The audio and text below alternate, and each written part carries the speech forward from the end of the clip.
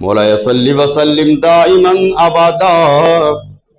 علی حبیبک خیر الخلق کلہم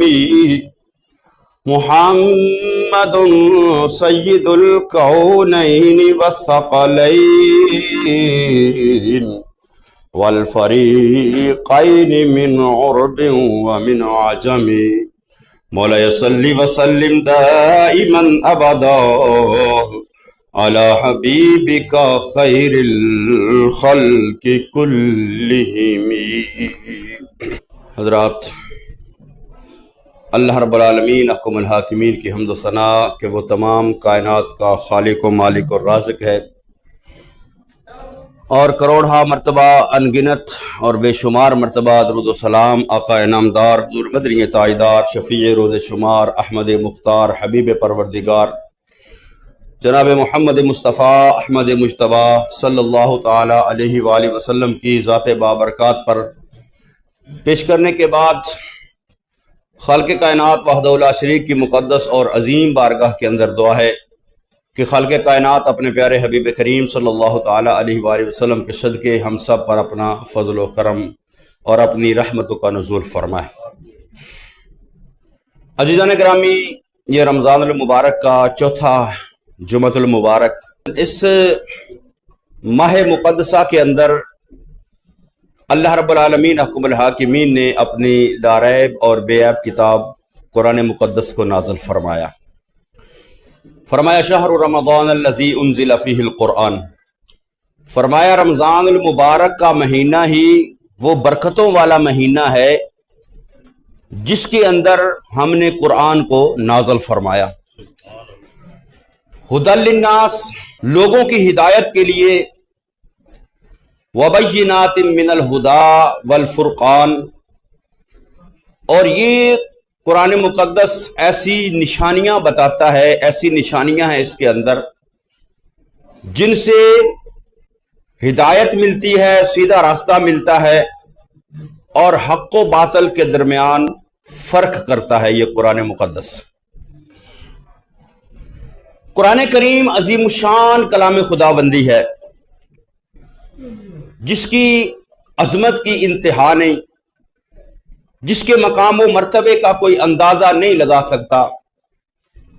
اور اللہ نے اپنے اس آخری اور عظیم کلام کو، جو کلام تمام کلاموں کا سردار ہے، جو یہ کتاب مقدس تمام کتابوں کی سردار ہے، تمام کتابوں کی تاجدار ہے، اس عظیم کلام کو، عظیم کتاب کو اللہ رب العالمین احکم الحاکمین نے اپنے آخری نبی جناب محمد مصطفیٰ صلی اللہ تعالی علیہ وآلہ وسلم پر نازل فرمایا۔ اور قرآن مقدس عظیم ہے، قرآن مقدس تمام کتابوں سے اعلیٰ ہے، تمام کلاموں سے اعلیٰ ہے۔ فرمایا نبی کریم صلی اللہ تعالی علیہ وآلہ وسلم نے کہ فضل کلام اللہ علی سائر الکلام کفضل اللہ علی الخلق، فرمایا اس کتاب کلام اللہ قرآن مجید کی فضیلت اور عظمت تمام دنیا کے کلاموں پر ایسے ہے جیسے مخلوق خدا پر اللہ رب العالمین احکم الحاکمین کو فضیلت حاصل ہے، کیونکہ یہ کلام اللہ ہے، یہ اللہ رب العالمین احکم الحاکمین کا کلام ہے، یہ کتاب مقدس ہے جس کو اللہ نے نازل فرمایا۔ اور اللہ رب العالمین احکم الحاکمین نے اس مقدس ترین کلام کو عظیم ترین اور افضل ترین ہستی پر مبارک ترین مہینے کے اندر عظمتوں والی اور برکتوں والی رات کے اندر اس کو نازل فرمایا۔ کلام بھی عظیم، کلام بھی اعلیٰ، کلام بھی افضل، جس ہستی پر نازل کیا وہ ہستی بھی اعلیٰ، وہ ہستی بھی افضل، وہ ہستی بھی مبارک، اور جس رات اور جس مہینے کے اندر نازل کیا وہ رات اور مہینہ بھی افضل اور اعلیٰ ہے۔ اور وہ مہینہ کون سا ہے؟ وہ ہے شہر رمضان الذی انزل فیہ القرآن۔ وہ رات کون سی ہے؟ وہ عظمت والی، وہ برکت والی رات۔ فرمایا انا انزلناہ فی لیلۃ القدر، مہینہ رمضان المبارک کا، رات شب قدر کی، اور جس ہستی پر نازل ہوا وہ خاتم النبیین جناب محمد مصطفیٰ صلی اللہ تعالی علیہ وسلم۔ یہ قرآن کلام اللہ، یہ بے مثل کتاب ہے، ہدایت اور اصلاح کا ذریعہ ہے، انقلاب اور تبدیلی کا ذریعہ ہے، اور ظاہر و باطن کی درستگی کا ذریعہ ہے، اور دنیا و آخرت کی تمام بھلائیاں اور کامیابیاں جو ہیں وہ اللہ نے اس کے اندر جمع فرما دی ہیں۔ یہ قرآن مقدس اللہ رب العالمین احکم الحاکمین کا کلام، یہ پاکیزہ کتاب، یہ مقدس ترین کتاب جو ہے، یہ اللہ رب العالمین احکم الحاکمین نے دنیا اور آخرت کی تمام کامیابیاں اور بھلائیاں جو ہے وہ اس کے اندر جمع فرما دی ہیں۔ تمام علوم و معارف اور اسرار و حکمت جو ہیں وہ اس کے اندر پوشیدہ کر دیے ہیں۔ یہ قرآن کریم ہی ہے جس نے دنیا کے اندر انقلاب برپا کیا۔ نبی کریم صلی اللہ تعالی علیہ وآلہ وسلم کی ذات پاک پر قرآن مقدس کا نزول ہوا، اور جب قرآن پڑھا جاتا اور کفار جب قرآن سنتے تو قرآن سن کر ان کے دل کے دنیا تبدیل ہوتی، وہ ایمان لے کر کلمہ پڑھ کر مسلمان ہو جاتے۔ تو اس قرآن کے ذریعے محبوب کریم صلی اللہ تعالی علیہ وآلہ وسلم نے دنیا کے اندر انقلاب برپا کیا، اور جنہوں نے اس قرآن کو تھام لیا، اس قرآن کے ساتھ وابستہ ہو گئے اور اس کی تعلیمات پر عمل پیرا ہو گئے، وہی لوگ دنیا میں انسانوں کے امام اور قائد کہلوائے، اور جنہوں نے اس قرآن کو چھوڑ دیا وہ دنیا کے اندر ذلیل و رسوا ہو گئے، وہ دنیا کے اندر ذلیل و رسوا ہو گئے۔ آج دنیا کے اندر جو ہے وہ ہر بندہ اپنے اپنے حق کی جنگ لڑ رہا ہے، اپنے اپنے حق کی جنگ لڑ رہا ہے۔ کہیں پر عورتوں کے حقوق ہیں، کہیں پر جانوروں کے حقوق ہیں۔ ہر بندہ اپنے اپنے حقوق کے لیے آواز اٹھاتا ہے، اپنے اپنے حقوق کو سمجھتا ہے، اور اپنے اپنے حقوق کے لیے دوسرے لوگوں سے لڑتا ہے۔ لیکن کبھی ہم نے غور کیا ہے کہ یہ جو قرآن اللہ نے ہمیں عطا فرمایا ہے محبوب کے ذریعے، کیا اس کے بھی کوئی ہمارے اوپر حقوق ہیں کہ نہیں؟ یہ قرآن، یہ اللہ رب العالمین احکم الحاکمین کا کلام، یہ اللہ رب العالمین احکم الحاکمین نے جو ہم پر نازل کیا ہے، اس قرآن کے بھی کچھ حقوق ہیں، اس قرآن مقدس کے بھی ہمارے اوپر کچھ حقوق ہیں۔ ان کو پورا کریں گے تو تبھی اللہ رب العالمین احکم الحاکمین کی بارگاہ سے ہم کامیاب ہونے کی امید رکھ سکتے ہیں۔ اور اگر ہم قرآن مقدس کے حقوق کو پورا نہیں کریں گے، قرآن مقدس کے حق کو نہیں سمجھیں گے، قرآن مقدس کے ساتھ وابستہ نہیں ہوں گے، تو یہ قرآن بھی کل قیامت والے دن اپنے رب کی بارگاہ کے اندر جو ہے وہ ہماری شکایت کرے گا، اور اللہ کے محبوب کریم صلی اللہ تعالی علیہ وآلہ وسلم بھی شکایت کریں گے۔ کیا شکایت کریں گے؟ وقال الرسول یا رب ان قوم اتخذوا ھذا القرآن مہجورا، اے میرے رب، اس میری قوم نے قرآن مقدس کو جو ہے وہ چھوڑ دیا۔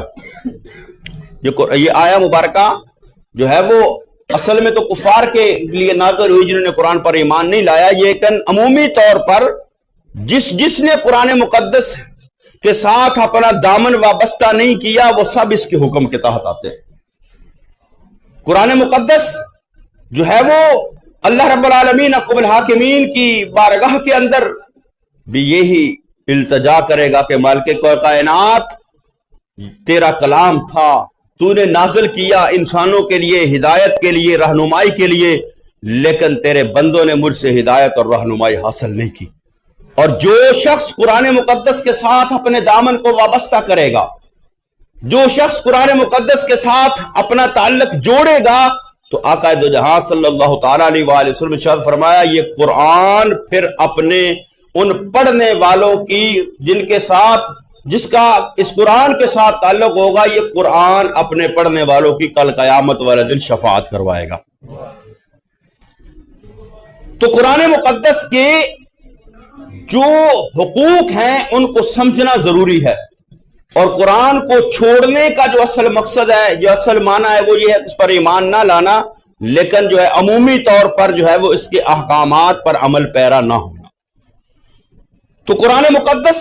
کے حقوق میں سے پہلا حق جو ہے وہ یہ ہے کہ قرآن پر ایمان لانا۔ پہلا حق قرآن پر ایمان لانا۔ ایمان لانا کیا ہے؟ کہ اس کو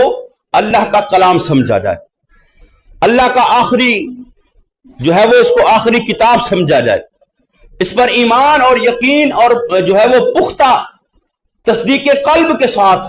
صرف زبانی اقرار کے ساتھ نہیں کہ قرآن اللہ کا کلام ہے، اس کو دل کے ساتھ بھی تسلیم کیا جائے۔ اقرار باللسان اور تصدیق بالقلب،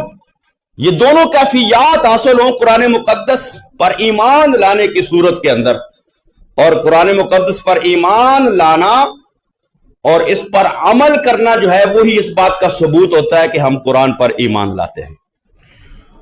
کیونکہ اللہ رب العالمین احکم الحاکمین نے اس پر ایمان لانے، اس کے حلال کو حلال جاننے اور اس کے حرام کو حرام سمجھنے کا حکم دیا ہے۔ اور نبی کریم صلی اللہ تعالی علیہ وآلہ وسلم سب سے پہلے اس قرآن مقدس پر ایمان لائے، اور نبی کریم صلی اللہ تعالی علیہ وآلہ وسلم کے ساتھ صحابہ اور مومنین کی جو جماعت تھی، خالق کائنات وحدہ لا شریک لہ نے فرمایا یا ایھا الذین آمنوا آمنوا باللہ ورسولہ والکتاب الذی نزل علی رسولہ والکتاب الذی انزل من قبل۔ فرمایا اے ایمان والو، ایمان لے کر آؤ اللہ پر، اس کے رسول پر اور اس کتاب پر جو ہم نے اپنے رسول پر نازل کی ہے، اور اس کتاب پر یا ان کتب پر جو رسول خدا صلی اللہ تعالی علیہ وآلہ وسلم سے پہلے نازل کی گئی۔ اس لیے جب ہم ایمان کا اقرار کرتے ہیں ایمان کی صفات کی صورت کے اندر، تو آمنت باللہ وملائکتہ وکتبہ، تو کیا ہوتا ہے وہاں پر کتابوں کا پر بھی ایمان ہے۔ اور اللہ رب العالمین احکم الحاکمین نے قرآن مقدس کے اندر فرمایا والذین یؤمنون بما انزل الیہ وما انزل من قبلک، ایمان والا وہ ہے جو اس قرآن پر جو نبی کریم صلی اللہ تعالی علیہ وآلہ وسلم پر نازل ہوا ہے، اس قرآن پر بھی ایمان رکھے، اور جو نبی کریم صلی اللہ تعالی علیہ وآلہ وسلم سے پہلے کتابیں نازل ہوئی ہیں ان پر بھی ایمان رکھے۔ ان پر ایمان رکھنا یہ ہے کہ وہ یہ سمجھے اور اس پر ایمان رکھے کہ وہ بھی اللہ کا کلام ہے، اور اللہ نے ان کو بھی آسمانوں سے نازل فرمایا، اور ان کتابوں میں سب سے اعلیٰ کتاب، سب سے فضیلت والی کتاب، سب سے افضل کتاب، سب سے مقدس ترین کتاب جو ہے وہ کتاب اللہ، کلام اللہ، قرآن مقدس ہے۔ تو سب سے پہلا جو ہے وہ یہ ہے کہ قرآن پر ایمان لایا جائے، اور نبی کریم صلی اللہ تعالی علیہ وآلہ وسلم کے بارے فرمایا آمن الرسول بما انزل الیہ من ربہ والمؤمنون، فرمایا میرے محبوب کریم صلی اللہ تعالی علیہ وآلہ وسلم پر جو کتاب نازل ہوئی اس پر میرے محبوب کا بھی ایمان ہے، اور آپ کے ساتھ مومنوں کا بھی ایمان ہے۔ اور مومنین، سب سے پہلے مومنین کون ہیں؟ وہ صحابہ کرام رضوان اللہ تعالی علیہم اجمعین۔ اور نبی کریم صلی اللہ تعالی علیہ وآلہ وسلم کا قرآن کے ساتھ محبت کا عالم یہ تھا کہ نبی کریم صلی اللہ تعالی علیہ وآلہ وسلم کو وحی کا شدت سے انتظار ہوتا، اور جب وحی نازل ہوتی، قرآن مقدس کی کوئی آیت نازل ہوتی، تو نبی کریم صلی اللہ تعالی علیہ وآلہ وسلم کمال شوق کے ساتھ اس آیہ مبارکہ کو، اس نازل ہونے والی وحی کو جو ہے وہ زبان سے جلدی جلدی دہراتے تاکہ وہ الفاظ یاد ہو جائے۔ تو اللہ نے محبوب کریم صلی اللہ تعالی علیہ وآلہ وسلم کے ساتھ فرمایا ولا تعجل، اے محبوب جلدی کرنے کی ضرورت نہیں، لا تحرک به لسانک لتعجل به ان علینا جمعہ وقرآنہ، اے محبوب اس قرآن مقدس کو یاد کرنے کے لیے جلدی جلدی کرنے کی ضرورت نہیں ہے، فرمایا یہ ہم پر ہے کہ ہم اس قرآن کو آپ کے دل میں جمع کریں اور آپ کی زبان پر اس کو جاری کریں۔ یعنی یہاں پر یہ بات محبت کی بات ہے کہ اللہ کو محبوب کی اتنی جو ہے وہ تکلیف بھی گوارا نہیں کہ محبوب قرآن کو یاد کرنے کے لیے جلدی کریں. فرمایا لا تحرک به لسانک لتعجل به ان علینا جمعہ وقرآنہ. اور پھر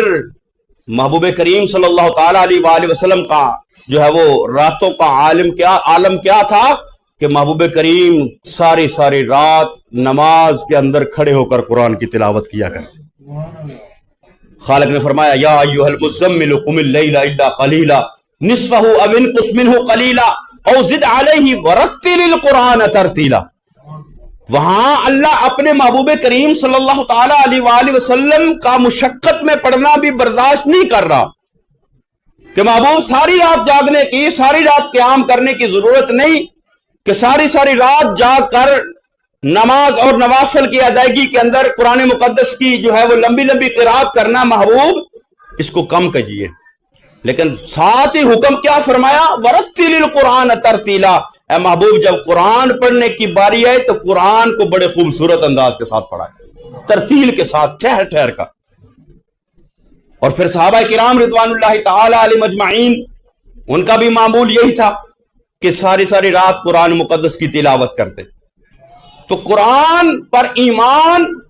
اور ایمان کے لیے ضروری ہے کہ قرآن کو جو ہے وہ سمجھا جائے، اس پر عمل کیا جائے. پہلا حق قرآن مقدس کا ہے قرآن پر ایمان لانا، اور اس کے بعد پھر دوسرا حق جو قرآن مقدس کا وہ ہے قرآن مقدس کی تلاوت کرنا. پہلے ایمان لانا کہ یہ کتاب اللہ کی ہے، یہ کلام اللہ کا ہے، یہ ساری کتابوں سے، سارے کلاموں سے یہ اعلیٰ ہے، اور اس کے اندر اللہ رب العالمین احکم الحاکمین نے جو حلال و حرام جو ذکر کیا، جو بیان کیا، وہ سب حق ہے. اس پر ایمان لانا یہ قرآن کا پہلا حق ہے. اور قرآن مقدس کا دوسرا حق جو ہے وہ قرآن مقدس کی تلاوت کرنا. تلاوت کیسے کرنا؟ کہ قرآن مقدس کے الفاظ کو مخارج کے ساتھ اور صفات کے ساتھ جو ہے وہ قرآن مقدس کو پڑھا جائے. اور قرآن مقدس کی تلاوت جو ہے وہ بار بار کرنے کی ضرورت ہے. بار بار قرآن مقدس، یہ نہیں کہ بس ہم بچپن میں بچوں کو قرآن پڑھاتے ہیں مساجد کے اندر یا گھروں کے اندر، اور بچے ایک مرتبہ قرآن پڑھ لیتے ہیں پھر ساری زندگی قرآن کو کھول کر نہیں دیکھتے. قرآن کا مطلب یہ ہے کہ وہ کتاب جو بار بار پڑھی جائے. تو تلاوت قرآن کو جو اپنی زندگی کا معمول بنایا جائے، کیونکہ یہ قرآن کی تلاوت روح کی غذا ہے، جیسے کھانا جسم کے لیے غذا کی حیثیت رکھتا ہے. قرآن کی تلاوت روح کی غذا ہے. جب قرآن مقدس بندہ شوق کے ساتھ، محبت کے ساتھ تلاوت کرے یا سنے تو اس کے دل کے اندر جو ہے وہ ایسا اطمینان اور سکون نازل ہوتا ہے کہ اس کی پوری جو ہے وہ روح جو ہے پرسکون ہو جاتی ہے.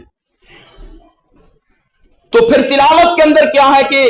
قرآن مقدس کی تلاوت کی جائے تو کیسے کی جائے کہ اس کے مخارج کے ساتھ، اس کی صفات، حروف کے ساتھ جو ہے وہ تجوید کے ساتھ، قرآن مقدس کے قواعد جو ہے ادائیگی کے ان کے ساتھ جو ہے وہ پڑھا جائے. روزانہ کی بنیاد پر تلاوت کی جائے. یہ نہیں کبھی دل کیا کھول لیا، کہ سال بعد کھول لیا، نہیں تو کوئی مر گیا تو پھر کھول لیا. نہیں، یہ نہیں. قرآن مقدس کا دوسرا حق جو تلاوت قرآن ہے وہ یہ ہے کہ قرآن مقدس کو روزانہ تلاوت کیا جائے، اور اس کی زیادہ سے زیادہ جو ہے وہ تلاوت کی مقدار یہ ہے کہ بندہ ایک دن میں 10 سپارے قرآن پڑھے. اگر ایک دن میں 10 سپارے نہیں تو کم از کم مقدار جو وہ یہ ہے کہ بندہ ایک دن میں 1 سپارہ پڑھے. اور صحابہ کرام رضوان اللہ تعالی اجمعین کا معمول یہ تھا کہ 7 دن میں قرآن مقدس مکمل کیا کرتے تھے. یہ قرآن مقدس ہم کھولے تو اس کے نیچے لکھی ہوتی ہیں منزلیں، منزل 1، منزل 2، منزل 3. وہ 7 منازل جو ہیں وہ اسی ترتیب کے اعتبار سے ہے کہ 7 دن کے اندر قرآن مقدس جو ہے وہ ایک مرتبہ ضرور تلاوت کیا جائے. نہیں تو کم از کم آج ہم تو اپنے اوپر غور کریں تو ہم کہاں چلے گئے، کتنی قرآن سے ہماری دوری ہو چکی ہے. نہیں تو ایک وقت تھا، کچھ سال پیچھے جائے تو ایک وقت تھا کہ ہر صبح ہر مسلمان کے گھر سے قرآن کی تلاوت کی آواز آیا کرتی تھی. ہر گھر میں قرآن پڑھا جاتا تھا، ہر گھر میں قرآن کھولا جاتا تھا. ہر گھر میں قرآن مقدس کی تلاوت کی جاتی تھی، صبح اور کوئی کام نہیں تھا ہوتا، صبح اٹھ کر نماز فجر ادا کی جاتی تھی، نماز فجر ادا کرنے کے بعد جو ہے وہ گھروں کے اندر یا مساجد کے اندر قرآن مقدس کی تلاوت کی جاتی ہے۔ یعنی قرآن مقدس کی تلاوت کا معمول جو ہے وہ روزانہ کی بنیاد پر ہونا چاہیے۔ اقبال نے جب شکوہ کیا نا کہ آج ہماری حالت کیسی ہے، حالانکہ تیرے قرآن کو سینوں میں بسایا ہم نے اور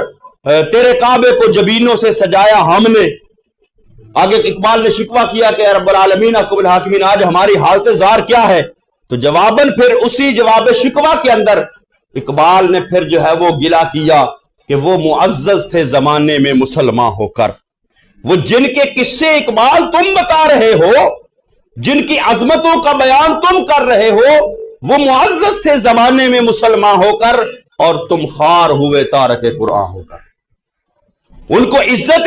کس لیے ملی کہ انہوں نے قرآن کے ساتھ اپنے دامن کو جوڑا، لیکن آج ہم ذلیل و رسوا ہو رہے ہیں کیونکہ ہم نے قرآن سے اپنے دامن کو وابستہ نہیں کیا، ہم نے قرآن سے دوری اختیار کر لی۔ اور پھر تلاوت قرآن کا تیسرا جو ہے وہ یہ ہے کہ قرآن کو خوبصورت انداز کے ساتھ پڑھا جائے۔ نبی کریم صلی اللہ علیہ وسلم نے فرمایا زین القرآن باصواتکم، فرمایا قرآن کو اپنی آوازوں کے ساتھ مزین کرو، یعنی خوبصورت انداز کے ساتھ، خوبصورت آواز کے ساتھ، خوبصورت طریقے کے ساتھ جو ہے وہ قرآن مقدس کی تلاوت کیا کرو۔ اور پھر قرآن مقدس کی تلاوت کرتے ہوئے اس کے آداب ظاہری اور باطنی کا خیال کیا جائے۔ آداب ظاہری کیا ہے کہ قرآن مقدس کو سمجھنے کے لیے باادب طریقے سے بندہ بیٹھے، قبلہ رخ ہو کر بیٹھے، اور جو ہے وہ طہارت اور پاکیزگی حاصل کر کے بیٹھے، طہارت اور پاکیزگی کے ساتھ جو ہے وہ قرآن مقدس، کیونکہ قرآن نے خود فرمایا لا یمسہ الا المطہرون، فرمایا اس قرآن کو مس نہ کرو جتنی دیر تک تم پاکیزہ نہیں ہے۔ پاکیزہ ہو کر طہارت حاصل کر کے پھر قرآن مقدس جو ہے وہ اس کی تلاوت کی جائے، اور ورتل القرآن ترتیلا، قرآن مقدس کو خوبصورت انداز کے ساتھ ٹھہر ٹھہر کر جو ہے وہ پڑھا جائے۔ اور پھر تلاوت قرآن کے اندر یہ کہ قرآن کو یاد کیا جائے، قرآن کو یاد کیا جائے۔ اب مکمل قرآن مقدس یاد کرنا تو ہر ایک کے بس کی بات نہیں،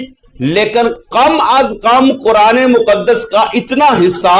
یا قرآن مقدس کی جو ہے اتنی صورتیں یاد ہونی چاہیے جن کے ساتھ ہم اپنی نماز کی ادائیگی کر سکیں۔ ہم نے بس صرف قل واللہ پکائی ہے بس، اس کے علاوہ بھی جو ہے وہ کم از کم کچھ نہ کچھ صورتیں جو ہے وہ قرآن مقدس کی تھوڑی بہت یاد ہونی چاہیے، جن کے ساتھ جو ہے وہ بدل بدل کر ہم قرآن مقدس جو ہے وہ نماز کے اندر پڑھیں۔ یعنی کم از کم کچھ نہ کچھ حصہ جو ہے وہ قرآن مقدس کا ضرور ہر بندے کو یاد ہونا چاہیے، اس کے سینے کے اندر ہونا چاہیے۔ اور پھر اس قرآن کا تیسرا جو حق ہے وہ یہ ہے کہ قرآن مقدس کو سمجھا جائے، پہلے ایمان رکھا جائے، ایمان کامل رکھا جائے، یقین کامل رکھا جائے، پھر اس قرآن مقدس کا دوسرا حق ہے قرآن مقدس کی تلاوت کی جائے، اور تیسرا حق ہے اس قرآن کو سمجھا جائے۔ پڑھنے پر بھی اجر و ثواب ہے، آقا نے فرمایا ایک ایک حرف پر 10 نیکیاں ملتی ہیں، لیکن قرآن کا اصل مقصد کیا ہے کہ اس قرآن کو سمجھا جائے۔ یہ قرآن جو ہے وہ اللہ نے ہماری ہدایت کے لیے نازل کیا ہے، اس کے معانی و مضامین جو ہیں ان کے اندر غور و فکر کیا جائے، تدبر کیا جائے، اور قرآن مقدس جو ہے وہ اس کے مفہوم کو سمجھا جائے۔ آج لوگوں کو ورغلانے کے لیے یہ کہتے تو قرآن ترجمے نال پڑھیا کرو، خود ہی پڑھ لیا کرو۔ قرآن خود پڑھنے سے نہیں آتا، قرآن پڑھے ضرور، ممانعت نہیں، ترجمہ جو ہے وہ آسانی کے ساتھ اس کو پڑھے تاکہ قرآن جو ہے وہ اس میں سے سمجھ آئے،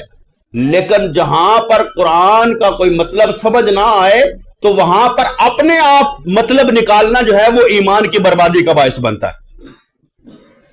فرمایا نے یہی قرآن ہے جو بندے کو ہدایت بھی دیتا ہے، یہی قرآن جو ہے اس کو پڑھ کر لوگ گمراہ بھی ہو جاتے ہیں۔ وہ گمراہ کب ہوتے ہیں؟ جب قرآن پڑھ کر اس میں سے اپنا جو ہے وہ اپنی مرضی کا مطلب نکالتے ہیں۔ قرآن کو سمجھنے کے لیے ضروری ہے کہ پہلے تو تفسیر قرآن جو ہے اس کو دیکھا جائے، کیونکہ نبی کریم صلی اللہ علیہ وسلم فرمایا کہ قرآن کا کچھ حصہ دوسرے حصے کی تفسیر کرتا ہے، تو صرف ایک مقام پر دیکھا کچھ لفظ کچھ معانی تو اس کے مطابق نہیں دیکھے کہ اس کے مطابق کہیں اور کوئی حکم تو نہیں قرآن کے اندر۔ کیا نبی کریم صلی اللہ تعالیٰ علیہ وآلہ وسلم کی پھر احادیث کے اندر دیکھا جائے کہ اس کے بارے میں نبی کریم صلی اللہ علیہ وسلم نے کیا بیان فرمایا،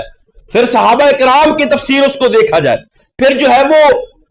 جو مفسرین کرام ہیں جنہوں نے نچوڑ نکال کر اس کے احکامات بیان کیے پھر ان کے مطابق دیکھا جائے۔ لیکن اگر خود ہی بندہ قرآن پڑھنا شروع کر دے، قرآن کا ترجمہ پڑھنا شروع کر دے، پڑھنے سے سمجھ آئے گا کہ اللہ کیا فرما رہا ہے، لیکن اس کا مطلب اور مفہوم جو ہے وہ اپنی مرضی کا بندہ نکالے گا تو قرآن پڑھ کر پھر کیا ہوگا، گمراہی کا راستہ اختیار کرے گا۔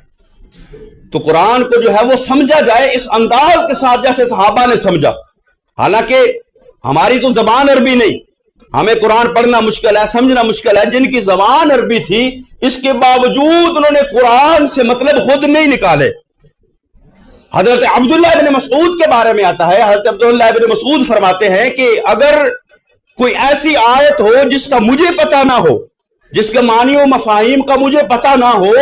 اور مجھے پتہ چلے کہ فلاں شخص کو اس کا پتہ ہے اور وہاں پر سواری جاتی ہو، جا سکتی ہو، تو میں سفر کر کے وہاں پر جاؤں اور اس سے جا کر قرآن کی اس آیت کو سمجھوں۔ یہ صحابہ کا طریقہ ہے۔ لیکن آج ہم کیا ہے، ہم اپنی مرضی سے قرآن کی تشریح کرنا شروع کر دیتے۔ جب اپنی مرضی سے تشریح کرتے، خاص کر آج کی نوجوان نسل جو ہے وہ سوشل میڈیا پر نئے نئے سکالر کو سنتی ہے، نئے ہر بندہ جس کو جو ہے وہ الف بے بھی نہیں آتی دین کی، وہ بھی قرآن اور جو ہے وہ قرآن پر جو ہے وہ اپنی فتوے نازل کر رہا ہوتا ہے، فتوے صادر کر رہا ہوتا ہے، اور ہماری نوجوان نسل یہ دیکھتی ہے بس اے نواں بندہ ہے، نوی گل کی تھی انہیں، ہم وہ نئی بات کے چکر میں آ کر اپنے ایمان سے ہاتھ دھو بیٹھتے ہیں۔ تو قرآن کو سمجھیں تو سمجھنے کے لیے ضروری ہے تفسیر قرآن جو ہے وہ بالقرآن جو تفسیر ہے اس کے ساتھ پھر تفسیر جو صحابہ نے بیان کی، رسول اللہ صلی اللہ تعالیٰ علیہ وآلہ وسلم نے جو معنی و مطالب بیان کیے، ان سب چیزوں کو جب پیش نظر رکھ کر قرآن کو سمجھیں گے تو پھر قرآن کی سمجھ آئے گی۔ اور پھر اگلا جو حق ہے وہ کیا ہے، چوتھا فرمایا قرآن پر عمل کرنا۔ پھر سمجھنے کے بعد پہلے ایمان، پھر تلاوت کے بعد سمجھنا، اور سمجھنے کے بعد پھر اس پر عمل کرنا۔ اللہ نے اپنے محبوب کریم صلی اللہ علیہ وسلم کو ارشاد فرمایا اتبع ما اوحی الیک من ربک، اے محبوب جو کچھ آپ کے رب نے آپ پر نازل کیا اس کی اتباع کیجیے۔ اور پھر محبوب کریم صلی اللہ تعالیٰ علیہ وآلہ وسلم نے قرآن کی کیسے اتباع کی کہ حضرت عائشہ صدیقہ ام المومنین سے پوچھا گیا رسول اللہ صلی اللہ تعالیٰ علیہ وآلہ وسلم کے اخلاق کے بارے میں بتائیے، محبوب کریم صلی اللہ علیہ وسلم کی زندگی کے بارے میں بتائیے، محبوب کریم صلی اللہ تعالیٰ علیہ وآلہ وسلم کے شب و روز اور معمولات کے بارے میں بتائیے، تو حضرت عائشہ صدیقہ نے ایک جملہ فرمایا کان خلقہ القرآن، فرمایا قرآن کو دیکھ لو، جو کچھ قرآن میں ہے وہی میرے محبوب کی زندگی ہے،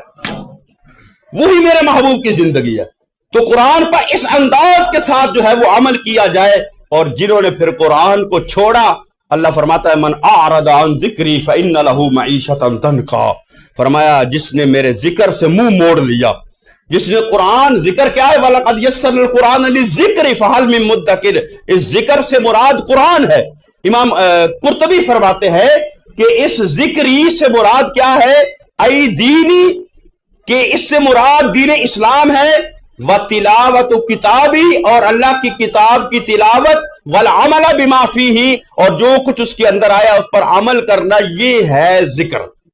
اور فرمایا جس نے ان چیزوں سے منہ موڑا پھر اس کے لیے دنیا کے اندر بھی پریشانیاں ہیں، قبر کے اندر بھی پریشانیاں ہیں، آخرت کے اندر بھی پریشانیاں ہیں۔ تو فرمایا کہ پھر کیا ہے، قرآن کو جو ہے وہ سمجھ کر اس پر عمل کیا جائے، اور عمل کرنے کے بعد پھر اگلا حق جو ہے وہ یہ ہے کہ جو قرآن سمجھ میں آئے، پڑھ کر سمجھ میں آئے، سیکھ کر سمجھ میں آئے، کیونکہ اللہ رب العالمین حکم الحاکمین نے فرمایا قل هل يستوي الذين يعلمون والذين لا يعلمون، فرمایا جو جاننے والا ہے وہ نہ جاننے والے کے برابر نہیں ہوتا، اور فرمایا فاسألوا اہل الذکر ان کنتم لا تعلمون، فرمایا اگر کسی بات کی سمجھ نہ آئے تو جو جاننے والے ہیں ان سے پوچھا کرو، یعنی علماء کی طرف، قرآن مقدس جاننے والوں کی طرف، قرآن مقدس جنہوں نے سمجھا ہے، سمجھ کر پڑھا ہے، پھر ان کی طرف رجوع کر کے پھر قرآن کو سمجھا جائے۔ اور آگے فرمایا پھر قرآن جس کو سمجھ آئے، جس نے قرآن کو سیکھا ہے، جس نے قرآن کو سمجھا ہے، قرآن کے معانی و مطالب کو سمجھا ہے، مفاہیم کو سمجھا ہے، فرمایا اس کے لیے ہے کہ پھر اس قرآن کی تعلیمات کو دوسروں تک پہنچائے۔ فرمایا یا ایھا الرسول بلغ ما انزل الیک من ربک وان لم تفعل فما بلغت الرسالۃ۔ فرمایا محبوب جو کچھ ہم نے آپ کی طرف نازل کیا ہے یہ لوگوں تک پہنچا دیجیے، اور یہ رسول خدا صلی اللہ تعالی علیہ وسلم کا حکم ہے، ان کو یہ فرمان خدا بندی ہے۔ اور پھر امت کے اندر جس کو فرمایا محبوب کریم صلی اللہ علیہ وسلم نے بلغوا انی ولو آیہ، فرمایا جس کو کوئی ایک آیت بھی آتی ہے، ایک آیت بھی اس تک پہنچ گئی ہے، اس نے اس کو سمجھ لیا ہے، اس کا کام ہے پھر اس کو دوسرے لوگوں تک پہنچائے۔ یہ امت مصطفیٰ ساری کی ذمہ داری ہے۔ تو قرآن مقدس کے ساتھ محبت، اس کا پیار، اور یہ ہے کہ اس قرآن کے ساتھ اس انداز کے ساتھ تعلق جوڑا جائے کہ اس کے پر ایمان رکھا جائے، اس کی تلاوت کی جائے۔ یہ نہیں کہ قرآن مقدس گھر میں رکھا ہوا اوپر سجا کر رکھ دیا کہ ہم نے گھر میں قرآن رکھا کبھی کھول کر دیکھا نہیں۔ قرآن مقدس کو کھولیں، پڑھیں، اس کے ساتھ اپنے دامن کو وابستہ کریں، اس کے معانی و مفاہیم کو سمجھنے کی کوشش کریں، جہاں پر سمجھ نہ آئے اپنے علماء سے رجوع کریں، ان سے وہاں پر جو ہے وہ تفاسیر کے اعتبار سے ان کو قرآن کو سمجھیں اور سمجھ کر پھر اس پر عمل کریں۔ جب ایسا کریں گے تو پھر گمراہی نہیں، پھر ہدایت جو ہے وہ نصیب ہوگی، کیونکہ فرمایا شہر رمضان الذی انزل فیہ القرآن، یہ قرآن ہم نے رمضان کے مہینے میں نازل کیا، کس لیے؟ ھدی للناس، یہ لوگوں کی ہدایت کے لیے، وبینات من الہدی، اس کے اندر جو ہے وہ اللہ رب العالمین حکم الحاکمین نے جو نشانیاں بیان کی ہیں اس کو واضح کیا ہے، وہ کیا ہے؟ لوگوں کی ہدایت، وبینات من الہدی والفرقان، اور حق و باطل کے درمیان فرق۔ یہ سب کچھ کیسے ممکن ہوگا؟ یہ قرآن سے ممکن ہوگا۔ یہ قرآن مقدس کے نزول کا مہینہ ہے۔ ہم عہد کریں کہ ہم قرآن کے ساتھ اپنے دامن کو وابستہ کریں گے، ہم قرآن کو جو ہے وہ پڑھیں گے، اس کی تلاوت کریں گے، اس کو سمجھنے کی کوشش کریں گے اور اس پر عمل کرنے کی کوشش کریں گے۔ جب ہم ایسا کریں گے تو پھر یہ قرآن کل قیامت والے دن ہمارے لیے شفاعت کا ذریعہ بن جائے گا، اور اللہ اس قرآن کی شفاعت کو قبول فرما کر قرآن کے ساتھ دامن وابستہ رکھنے والوں کو اللہ بخشش فرما کر جنت بھی عطا فرما دے گا۔ تو اللہ رب العالمین حکم الحاکمین مجھے اور آپ کو عمل کی توفیق عطا فرمائے۔